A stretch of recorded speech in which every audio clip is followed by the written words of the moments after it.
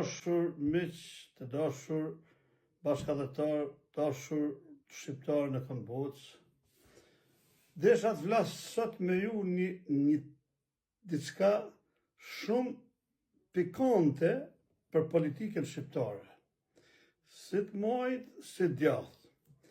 Edhe që desha me nuën pasot, është që njerëzit po ndryshojnë, kahet vetëm për karrierë personale e për fitime personale. Pra, për të kraj majt, kur e shikon nga një anë, kanë dalë fraksione, që është Elir Meta, që ka kë Blushi, e tjere që kanë dalë fraksione, po kanë mbet përsëri të krajt majt.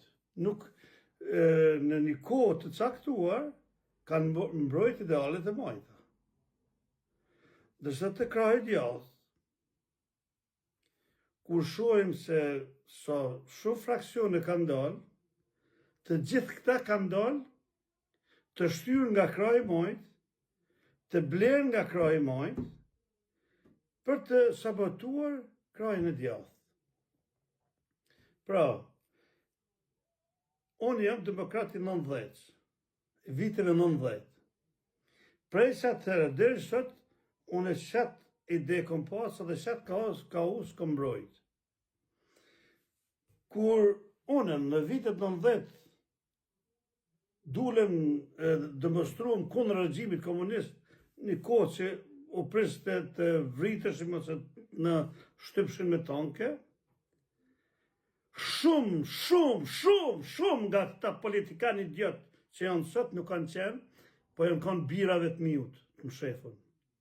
Na erdhëm në Europë, sepse fituam demokracinë, edhe thamë do të mbetet demokracia vërtet, po kësi infiltrantat njerëz, me 2 ftyra, 5 ftyra, 6 ftyra, 10 ftyra, me ftyrësinë e ndyrë tyne, janë mundu të shkatrojnë demokracinë shqiptare, ose për post, ose të blerë, ose për gjona personale të vetat.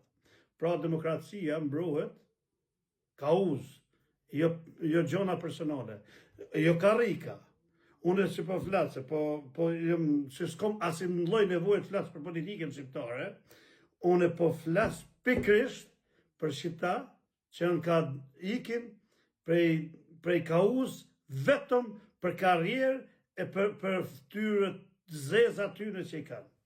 Sepse nuk janë demokrat.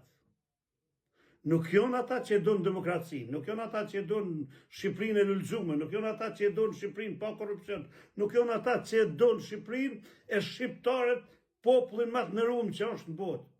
Pra, këta, si të djathtë, si të majt, këta që shkelin kauzat e veta, nuk janë për popullin. Nuk janë për popullin. Ata janë për xhepat e tyre e për karrierën e tyre. Ju falemnderit.